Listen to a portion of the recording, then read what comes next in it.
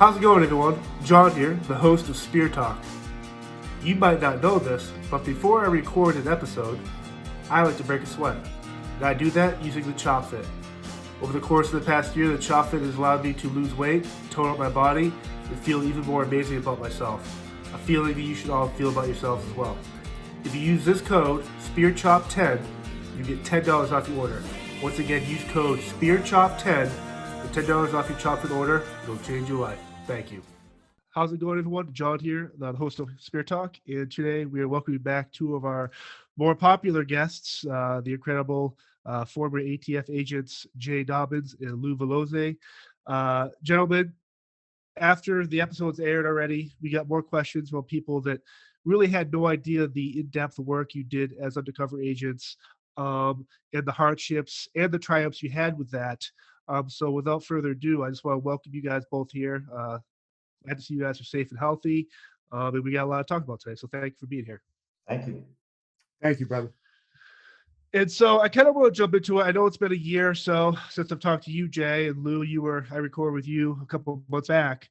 But a lot has happened in the world today, and I just kind of want to jump in. Like, how have you been, Jay? The last year I talked to you, how's the football stuff going? How is your life in terms of everything going on right now? Yeah, thank you, man. It's football's going great. For those that aren't aware, I pretty much stepped away from everything law enforcement entirely to coach a high school football team. And I've tried to bring the same passion to my kids that I'm coaching that I did to my job as a federal agent. So, you know, it's the passion and the emotion and all those things that like guys like Lou and myself applied to our job, just applying it to a high school football team. Now, to kind of dig into that, is that something easy for you to kind of transition from who you were, your passion for the law enforcement, to a football coach or to a new author, Lou? Like, how do you guys kind of take that same passion and kind of push it forward into something new? You know, there's so many similarities between what Lou and I did for a living and sports and team sports. The overlaps are amazing, and I think Lou will back me up on this.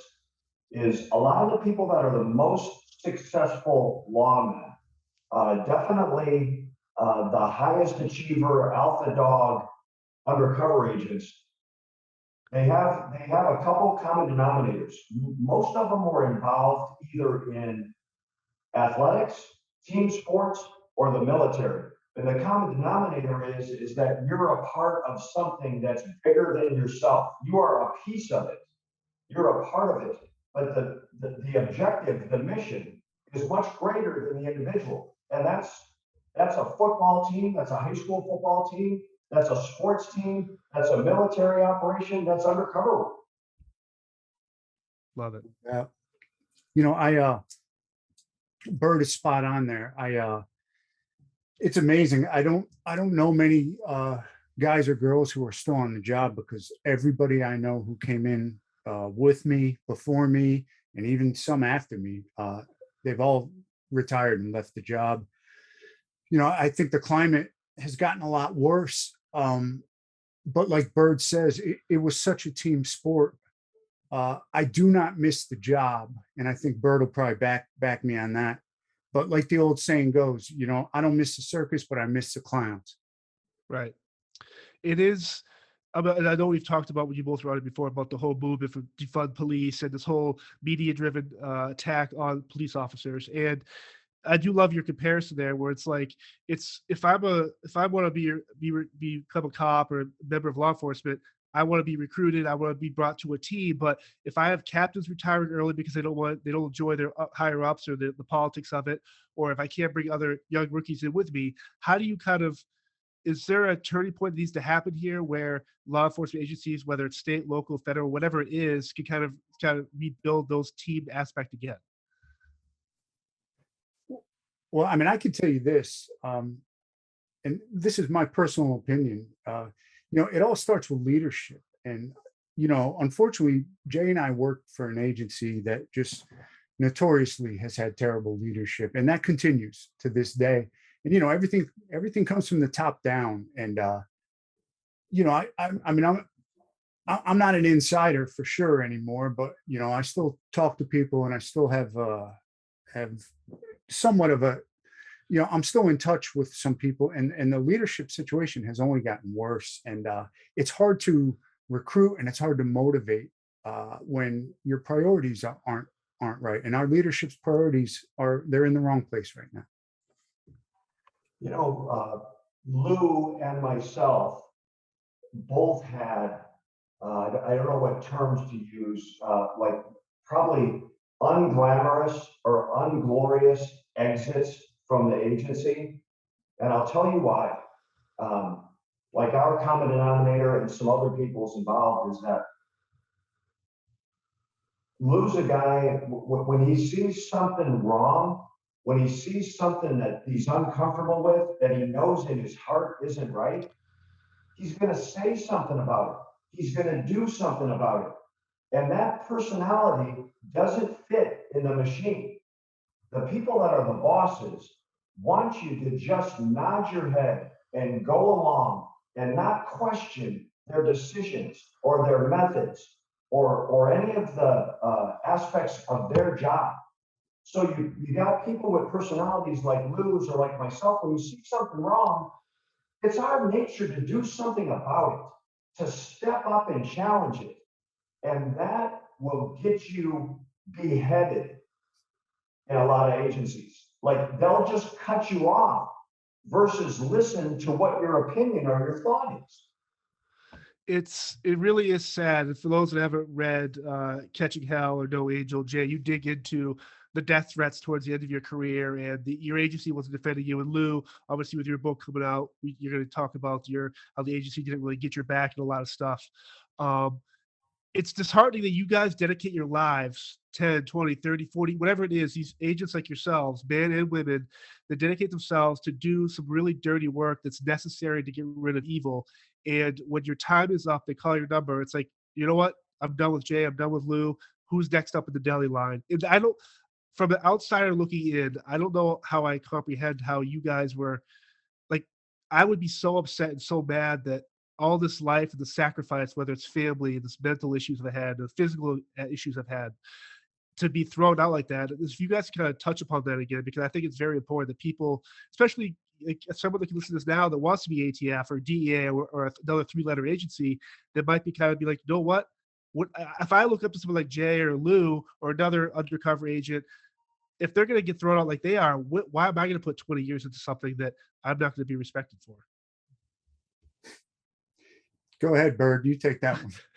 Well, I'll tell you what, you know, I'm a big fan of Lou Valoze, and of the person, of the man, of the character, and of his work. And so part of that is that there's a lot about both of us that overlaps and is similar. So I'm going to tell you like my aspect or my experience with that and where my mistake was, is that I loved my job and the people that I did it with so much that I went all in and abandoned pretty much every other aspect of my life.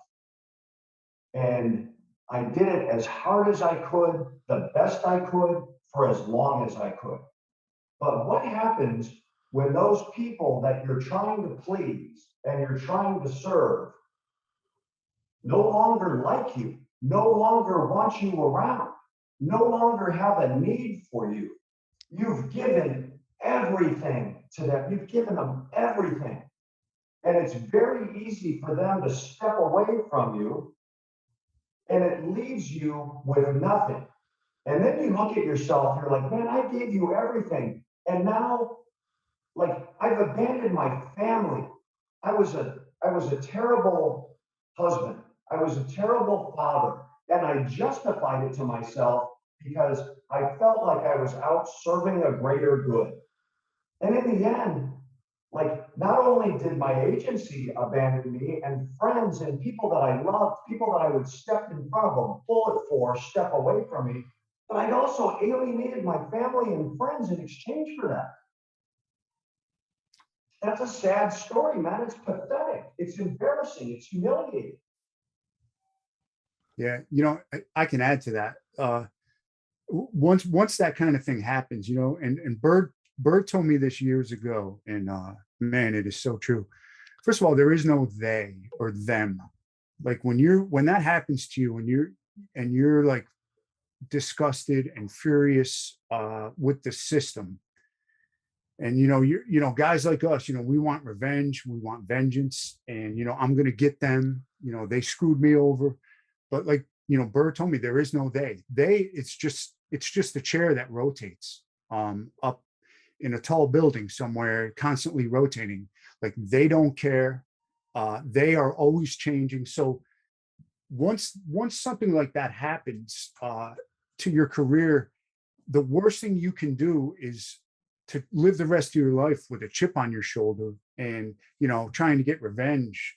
Because, and we've said it before, we've said it a million times, really the only revenge when you get screwed over by the government is to go out there and live a great life. That's the only revenge, because you're not going to get back at them.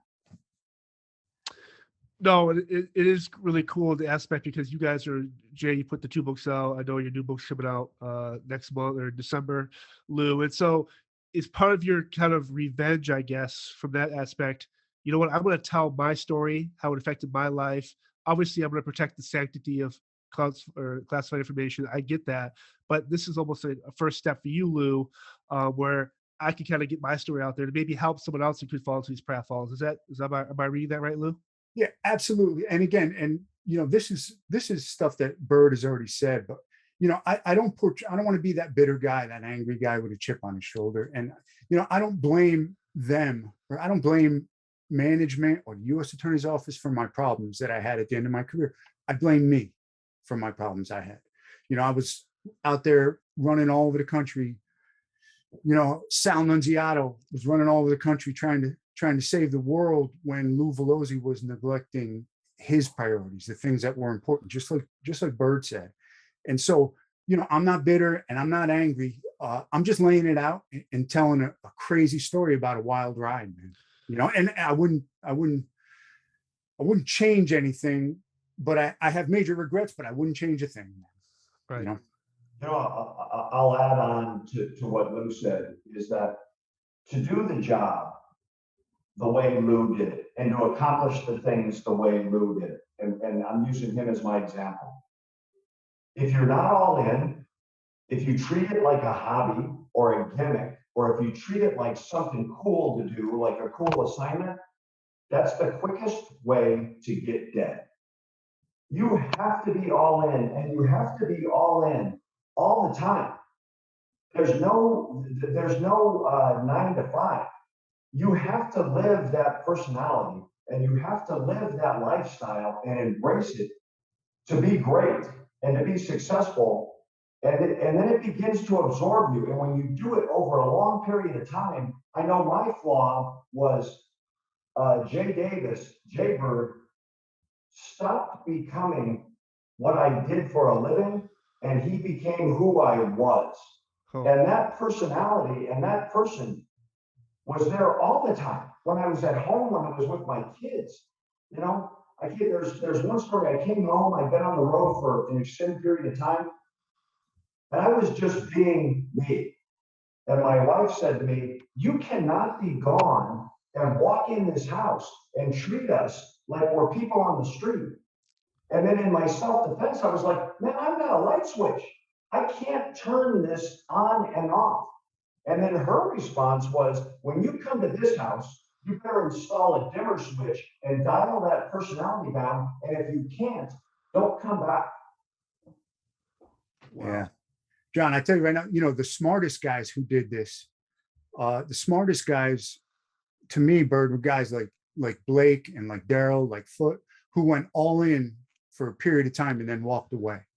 And Bird and I, I don't know, we couldn't do that for whatever reason, but those were the smart guys, the guys who were great for a period of time, and then they walked off the field with their arms up in the air like Costanza.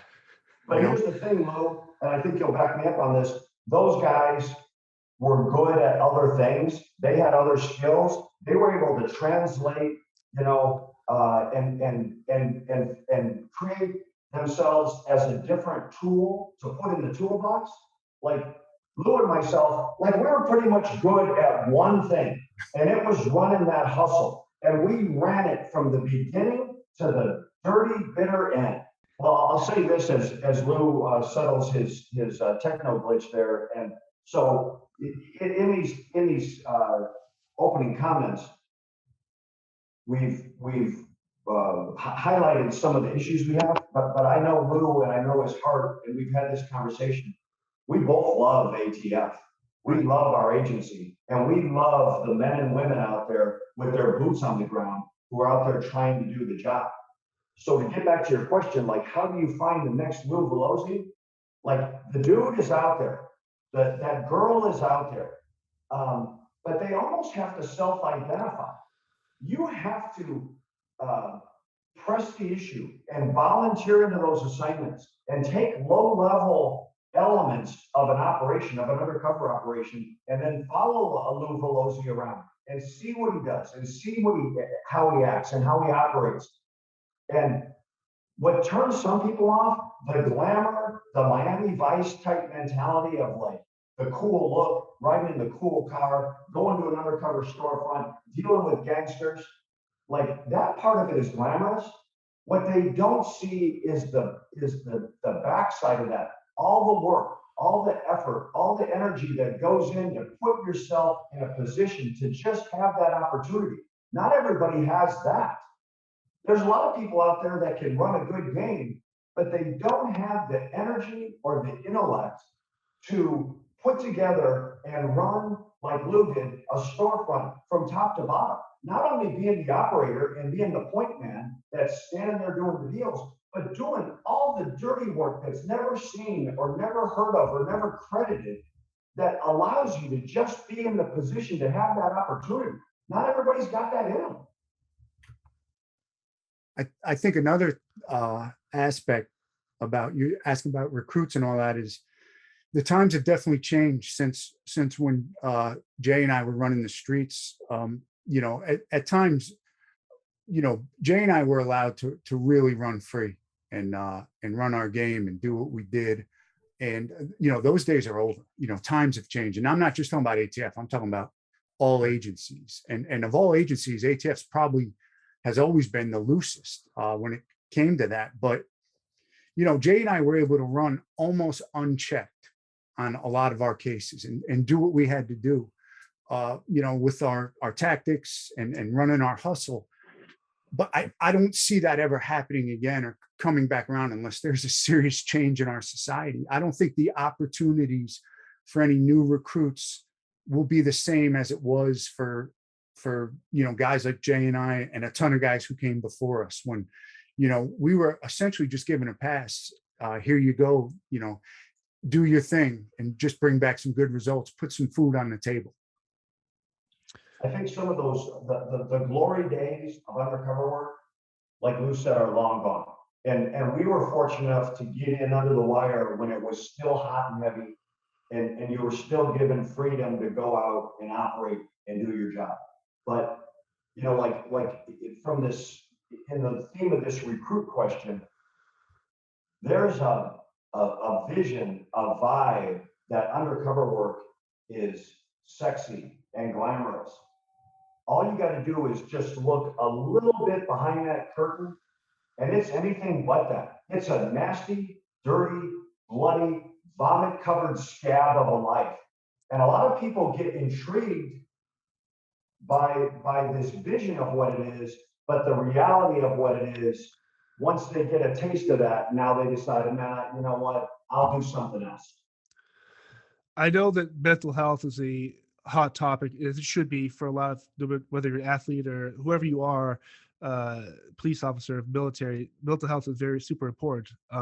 So when you guys first started and you have to deal with, say, a shooting or whatever it is, did you as you progressed in your career, did you notice that the department did more for mental health, or was this one of these things where, and I could go back to when I was in high school where there's a guidance counselor, but it was never encouraged to go there. As a male, I never felt like I needed to tell someone outside my parents, like, oh, I'm having a tough day. I never got mental health. But as you see suicides raise, and especially the last 2 years, and this type of stuff that happens, do departments do enough for the mental health aspect today versus when you guys first started? Was it one of those things where it's like, oh, it's like locker room mentality, like, oh, just get out there, rub some dirt in it, you're fine. Your mind doesn't need to heal. When you ask if they do enough, I don't think so. I'm a big believer in peer review, and your peers having an organization to come in, because when I get done with a 2-year undercover operation, I don't really want to talk to some shrink somewhere. I want to talk to guys like Jay Dobyns, who've been there, who've done that, who can counsel me, give me their advice, and tell me stories about how it affected them. And I don't know. I think ATF has been was okay with that. But there's always that taboo, man. There's always that taboo when especially you're an undercover agent, with admitting something's getting to you, admitting that weakness, and it's on top of that fear that, is my agency going to pull my gun and badge if I admit that maybe things aren't quite right up here, Right. When you look at, when you do undercover work for an extended period of time, and I'm talking about years upon years, a career of that, you, like lying and deception, it just becomes who you are, and you start lying and deceiving yourself about who you are. And like there are formal peer support programs that are valuable, but like in this deep infiltration world, that there's like an informal fraternity that exists there. And those people are their best peer support for each other, because they're truly the only ones that can understand it and relate it and explain it. One of the best, a very good friend of Lou's is an ATF agent, retired ATF agent named Chris Bayless, who was arguably the best, if not one of the best undercover operators that ever wore a badge. And as amazing as the work that he did on the street as an undercover agent, his work in helping other agents like understand the problems and get through the problems, the emotional, mental aspect of the job was, in my opinion, just as valuable or maybe more valuable. It's like the gift that keeps on giving was his ability to relate his experiences and his successes and his failures to his peers, and at least help them understand what they were going through and where they were at. When you talk about the idea of like betrayal and how you have to be, when you're undercover, you have to get people off the street. And so every time you do an arms deal or buy drugs, or whether it's Storefront or you're in a motorcycle club and something goes down and you have to betray that person, how difficult is it to shake yourself with that betrayal right there, and then move on to the next in character as Sal, as whoever? But as those betrayals build up, does that kind of get towards the end of your career where it's like, man, I can't take any more of this, because not only am I betraying myself, but some of these people, yeah, they're bad guys, but they're not bad people. And when those betrayals add up, how does that weigh on you guys as individuals? Was it difficult when I was doing it? Nope, not at all.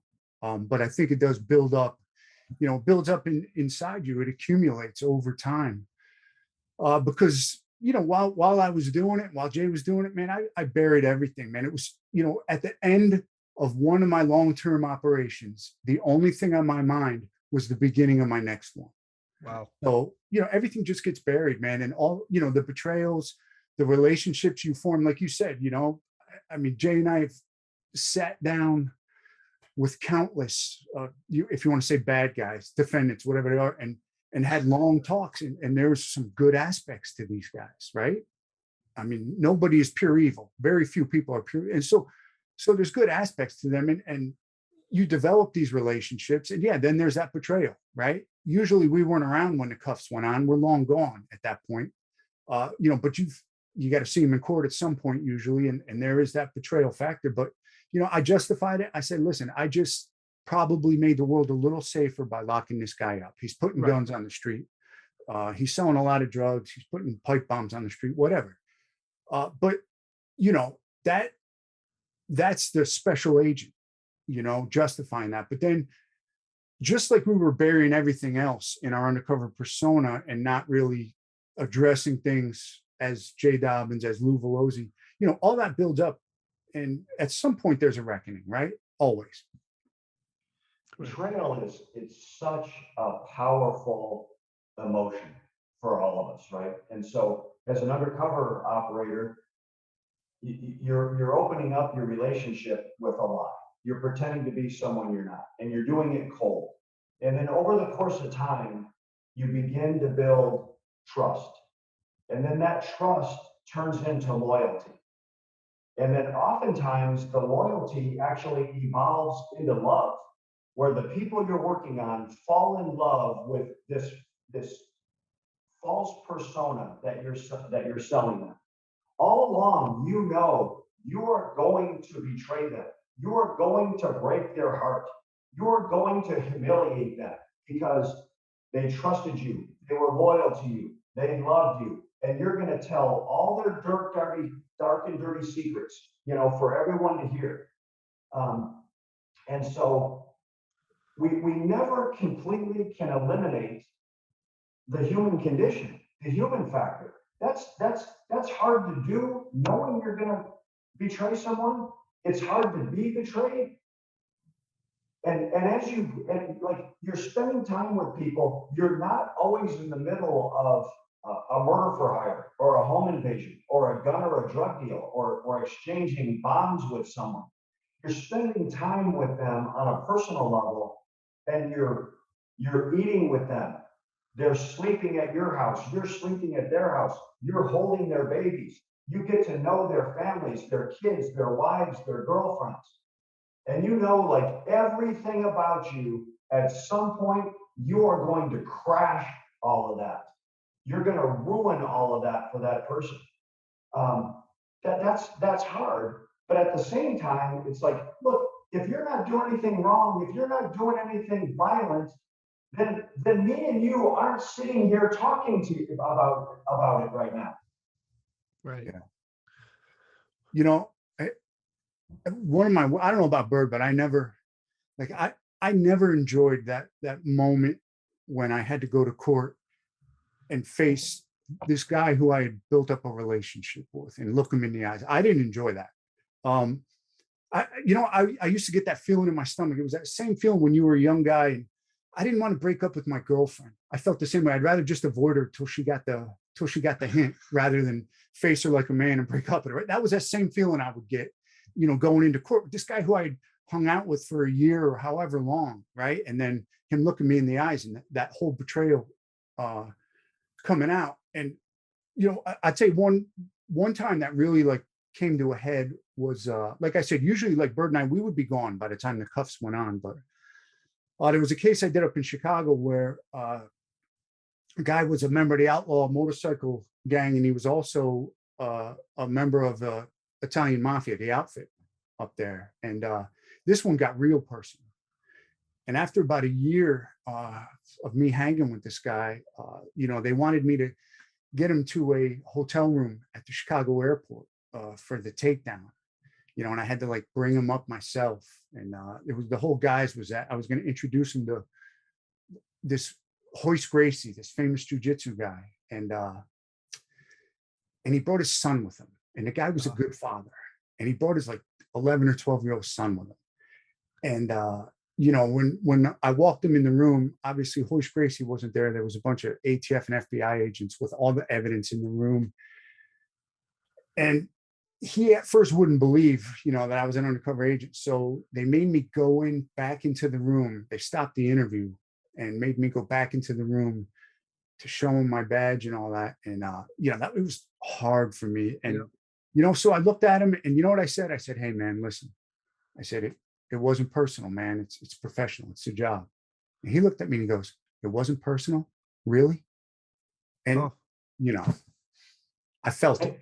I had a similar experience where I ultimately was brought in to confront uh, a suspect who was under arrest who wouldn't believe that I was an agent. And I came in and showed him my badge, and it was hard because he said, you know what? He said, right now, I've known you for 2 years, and right now in this very moment is the only time you've ever told me the truth. And he's like, I would have stepped in front of a bullet for you.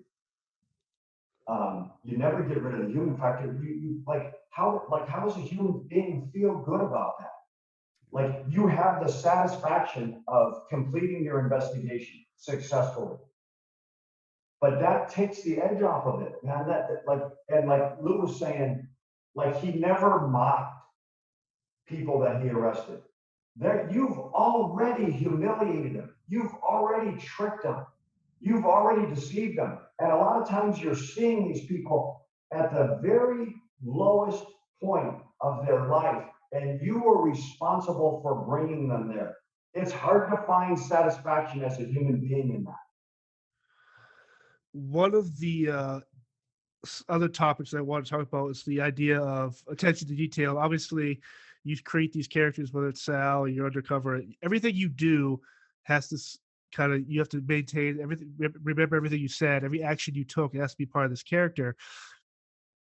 How hard is it though to not get in the mix up where you deal with one group of people and literally a year later you see someone in another group? Like, you still have to remember what you did before, but how hard is that to kind of build that persona? Is it something where you do it for so long that obviously you become Sal, right, Lou? And so you know everything he's already done, everyone he's called, everyone he's tipped at a bar, all that type of stuff. But when you guys first jump undercover, is that kind of scary for you that you could end up dead by one mistake, one way you present yourself?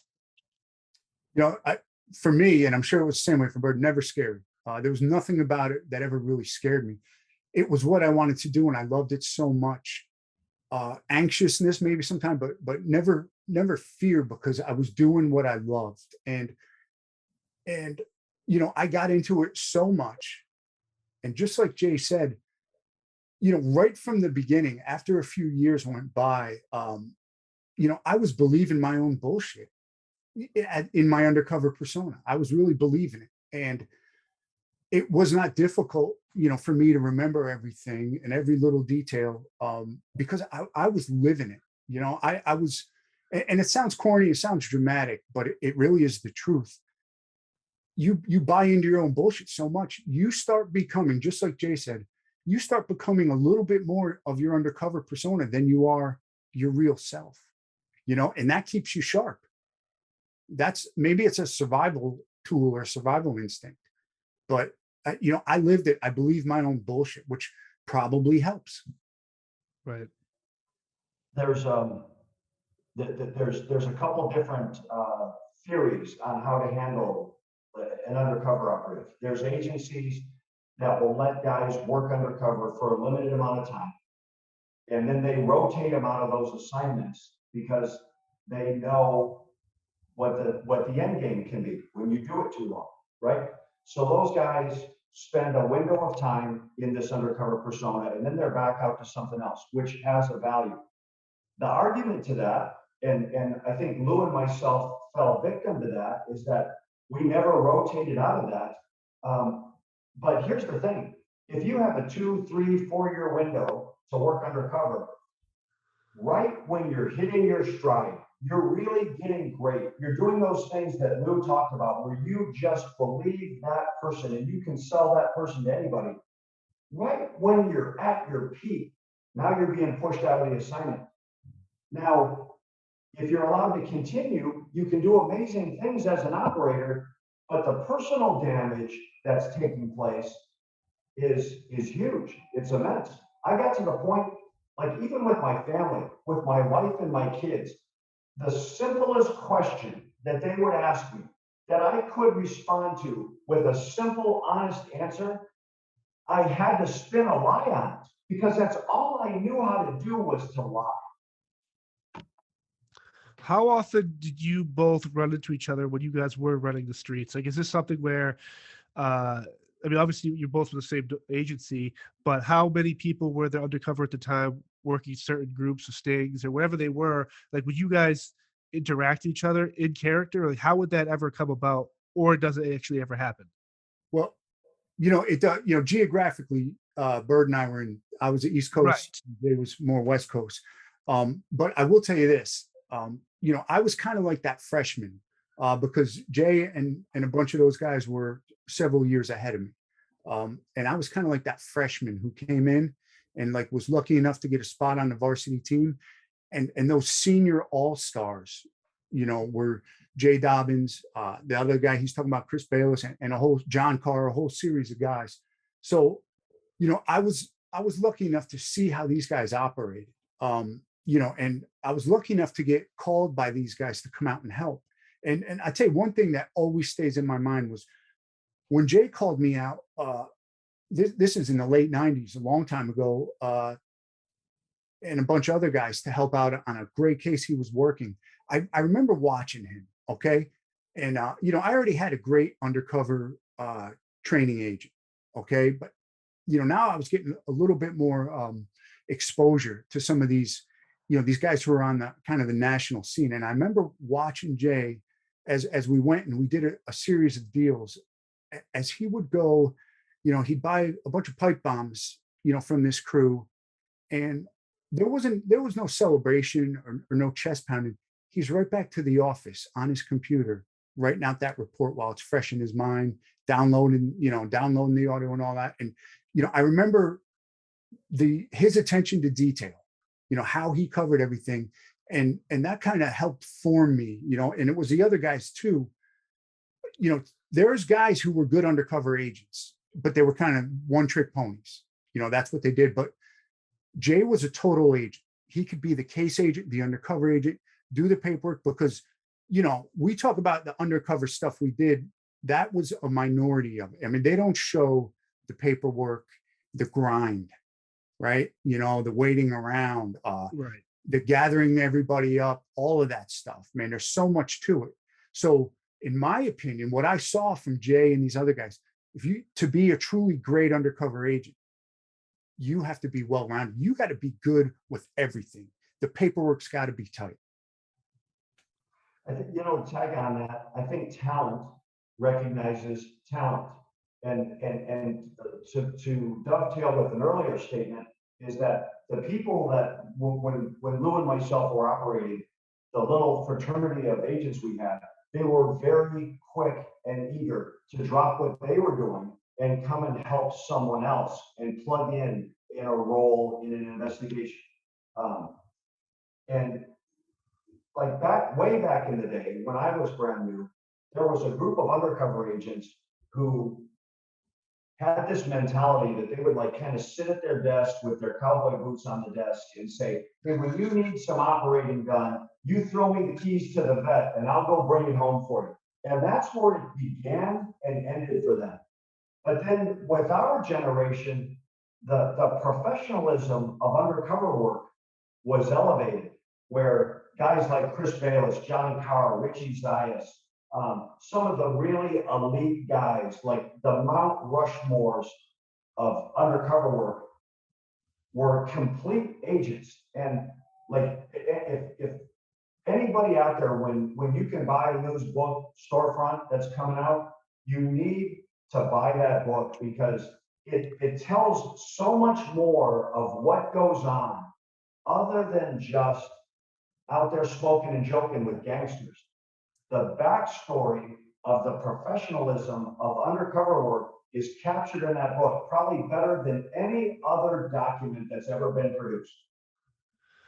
When and before we talk about the book, interesting, just came to me the idea of the code of ethics. Obviously, the ATF itself has its own code for all the officers and agents, whoever. But the undercover part, does that code of ethics change, or does it, like, what point does it become kind of, hey, now you can do this or that? Like, is there something specific to the undercover ethically that allows you to kind of be a different person than, say, the umbrella of the actual ATF itself? John, the way I would answer that question is is that there is undercover, especially long-term undercover work, is a gray area. I mean, Right. it is not black or white. It is pure gray. And it is situational. So ethically speaking, first and foremost, the most important thing to us always was that in any situation, our partner, if we had one, and ourselves, that we went home alive, right? Right. So that was always first and foremost, was that the good guys, we went home alive. And so, there are so many different situations that you end up in, right? And ones that you didn't plan on ending up in, but you end up in these situations, whether, conversations, transactions, just hanging out situations where you have to make a call in a split second, where you have to, first of all, you have to maintain your credibility, with these pipe hitting bad guys. Okay. You got to maintain your street cred. All right. You have to avoid breaking a law that will bring the Right. case down and maybe get you prosecuted. Right. You have to avoid saying the wrong thing or not saying the right thing. Okay. There are so many factors in that split second decision because of this situation you find yourself in that, the last thing usually that you're thinking about is, well, is this ethically proper? Right. First of all, you're thinking, I want to get out of here alive. Right. I want to keep the case going. Secondly, I don't want to break any laws. I don't want to do anything stupid that's going to ruin the case. I want to keep this case going. I've been in for 7 months. I don't want it all to go down because I'm about to make the wrong decision. So I think that question about ethics it's very deep, and it's very difficult to answer because the situations are always different, and you have to make a split second decision in a totally gray area. The laws are very steadfast, and the best operators like toe the line and adhere to the laws, right? That's part of the game. And if you can't do that, then you're not a very good undercover operator. If you can't play within the laws. Just beneath those, when we talk about morals and ethics, are policies and procedures, right? And so probably a big part of my downfall is that I took ATF's policies and procedures, and rather than view them as rules, I viewed them as suggestions. This is kind of, and that was the wrong mentality to take. And so I got myself in a lot of trouble on my own. Like Lou said, I own my mistakes by violating policies and procedures, not laws, policies and procedures that got me in trouble administratively. And I'll tell you part of the reason why is because the people that make the policies and procedures, they sit behind a desk with a necktie on and monogrammed shirts and cufflinks on their sleeves, who've never done the job and are going to tell people who are out there operating what you can or cannot do. And I was like, it doesn't work that way. Like Lou said, it's a very spontaneous, fluid world, and you're making life and death decisions in a split second.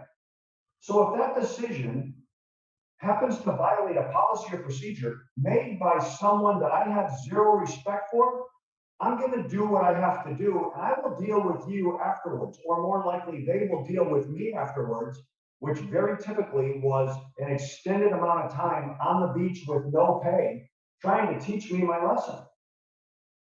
Right. Amen. Now, you mentioned, obviously, Jay, Lou's new bookstore for coming out in December. Lou, would you obviously put together, you're anxious, you're excited to put this out. Do you reach out to someone like Jay, who's written 2 amazing books already, for kind of advice, or how do you kind of get I don't know if courage is the right word, but it is something, it says a lot about you to put your story out on pen to paper, because a lot of people don't even have the heart to do that. And so you're willing to do that, but do you talk to someone like Jay, who's lived the same kind of life you have before you do your? I mean, it's needless to say that Jay was my inspiration to write the book because I had already bought and read both of his books. Yep. And now Jay's experience in the book he wrote about is totally different than my experience in the book that I'm putting out. But the similarity between Jay and I was that, I'll use this term again, neither one of us were one-trick ponies. There was guys who were biker guys. That's what they did.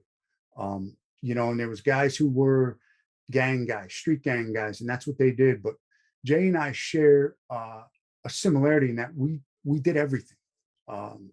We didn't say no, which probably to our detriment.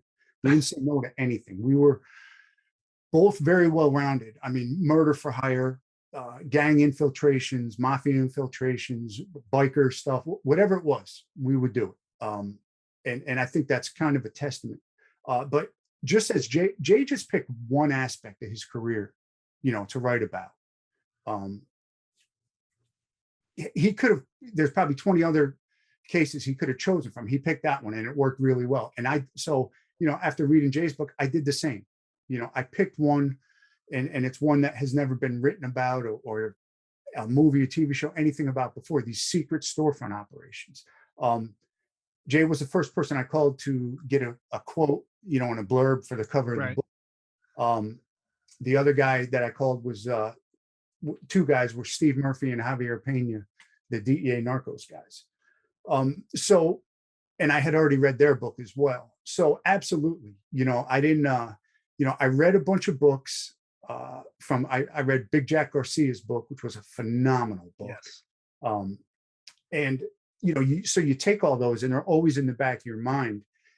And, I wrote a lot in my book. You read a lot about my team, the team that I use, and these were guys, local guys that I used in my area that were a team that I used throughout these storefront cases. And, it's just amazing. It's like Jay was talking about these guys.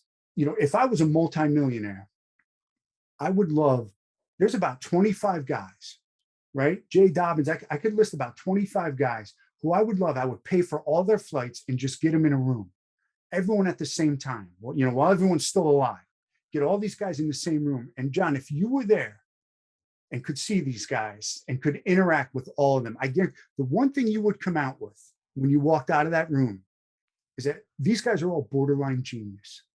Yeah. In the same way that like the great comedians are all borderline genius, but they're all a little bit fucked up, right? There's a high suicide rate with genius comedians and early death rate. Same thing with great undercovers, borderline genius, but we kind of run our personal lives into the ground.